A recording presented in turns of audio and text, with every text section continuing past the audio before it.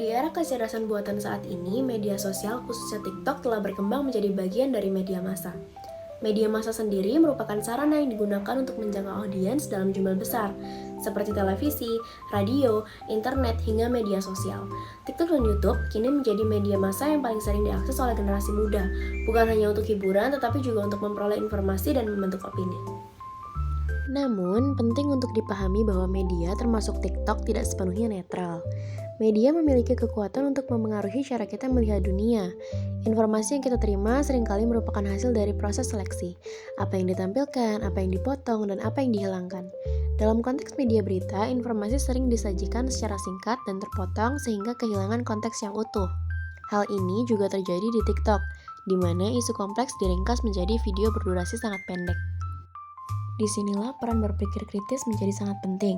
Berpikir kritis adalah kemampuan untuk menganalisis, mempertanyakan, dan mengevaluasi informasi, bukan menerimanya secara pasif. Pengguna TikTok yang berpikir kritis akan menyadari bahwa media bukan hanya penyampai informasi, tetapi juga sebuah bisnis. Media bergerak berdasarkan perhatian audiens, karena semakin banyak penonton, semakin besar keuntungan dari iklan. Akibatnya, media cenderung menonjolkan konten yang bersifat emosional, seperti konflik, sensasi, skandal, atau hal-hal yang memancing reaksi cepat. Konten yang membutuhkan pemikiran mendalam seringkali dihindari karena dianggap kurang menarik. Di TikTok, hal ini terlihat dari konten yang dibuat dramatis, provokatif, atau sengaja disederhanakan agar mudah viral. Kehadiran kecerdasan buatan memperparah tantangan ini. AI mampu memproduksi konten yang terlihat meyakinkan termasuk video manipulatif, narasi palsu, hingga visual yang tidak sesuai realitas. Tanpa berpikir kritis, pengguna dapat dengan mudah terpengaruh oleh konten yang tampak kredibel, padahal syarat bias atau bahkan manipulasi. Selain itu, iklan juga memainkan peran besar.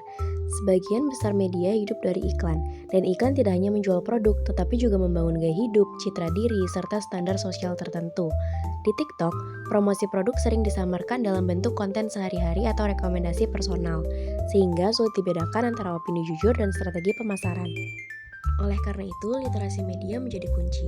Pengguna perlu membiasakan diri untuk bertanya, informasi apa yang tidak ditampilkan, siapa yang diuntungkan dari konten ini, dan apakah ada sumber lain yang bisa menguatkan atau membantah informasi tersebut.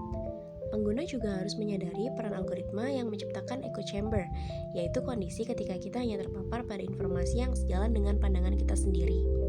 Sebagai kesimpulan, media termasuk TikTok adalah sumber informasi utama di era kecerdasan buatan, tetapi juga merupakan industri dengan kepentingan ekonomi. Karena itu, berpikir kritis menjadi tanggung jawab penting bagi pengguna.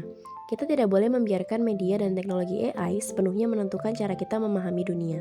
Kitalah yang harus aktif menilai, mengkritisi, dan memastikan kebenaran informasi yang kita konsumsi.